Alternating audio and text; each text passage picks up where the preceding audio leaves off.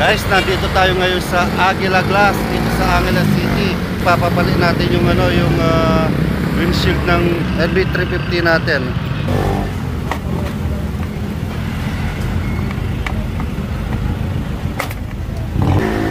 Ito guys yung ipapalit natin doon sa windshield natin. Tapos papalagyan natin ng tint dito sa taas lang. Hindi ko pinatint ng buo. Ito bago na naman yung natin windshield.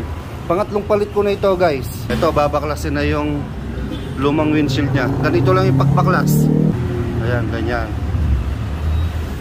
Ang hirap palang magtanggal ng salamin, nabasag na Pero okay lang kasi papalitan din naman natin. Hindi na natin kailangan to kaya mabasag to.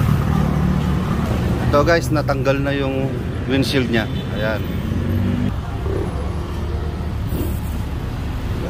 Ayan guys, lalagyan na muna ng silicone bago ilagay itong salamin natin.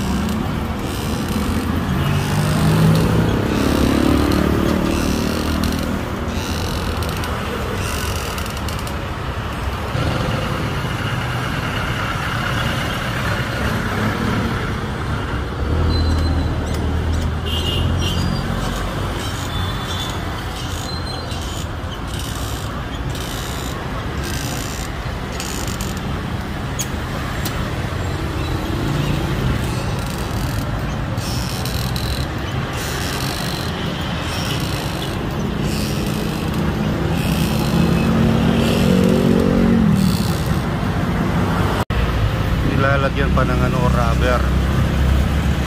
Ano yan kuya? Stopper? Yung rubber yung nilalagay. Okay. Right. Ayan na. Isasalpak na nila.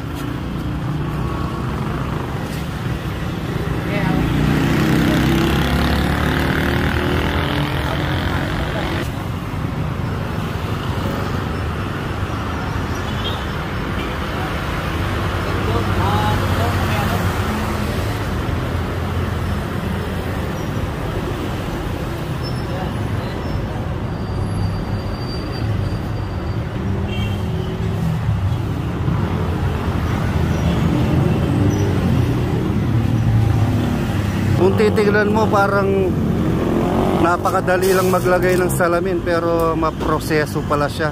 Lalagyan siya ng tape para hindi siya bumaba. Mga ilang araw yan kuya bago matanggal yung tape nyan? Bukas na po sir. Bukas pwede na. Hindi pa siya pwedeng ipakarwas nyan no?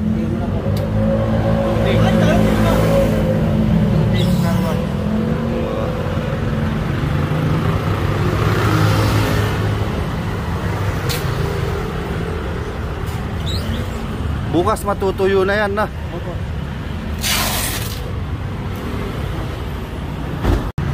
Eto na, nilalagay na yung plastic cover niya dito sa harap para mailagay na yung mga wiper natin. Eto guys, papakuha natin yung mga RFID niya. Yan. Ibabalik natin. Pinapainit mo? Para Ayan, ganyan pala, pinapainit pala. Ito guys, naitanggal nila yung yung RFID natin, bali ipapalagay na natin diyan. Yan. Buti natanggal pa nila yung yung RFID na hindi nasisira. At least hindi na tayo magpapalagay ulit. Hindi na tayo maabala. Bali dalawa yan, yung isa sa TPLX, yung isa sa Easy Trip.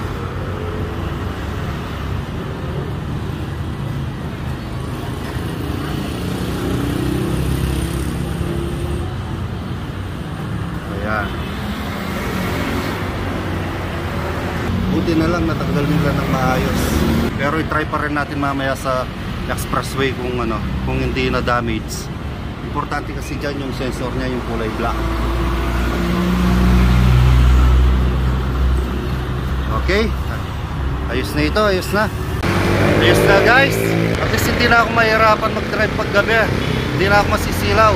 Kasi kaya pinapalit ko yung windshield niya dahil pagkagabi, nagsishadow kasi yung ano niya, salamin niya marami ng ano, gas-gas. Ayan, at least safety na tayo niya pag gabi. Okay guys, hanggang dito na lang yung video natin. Magbabayad na muna ako.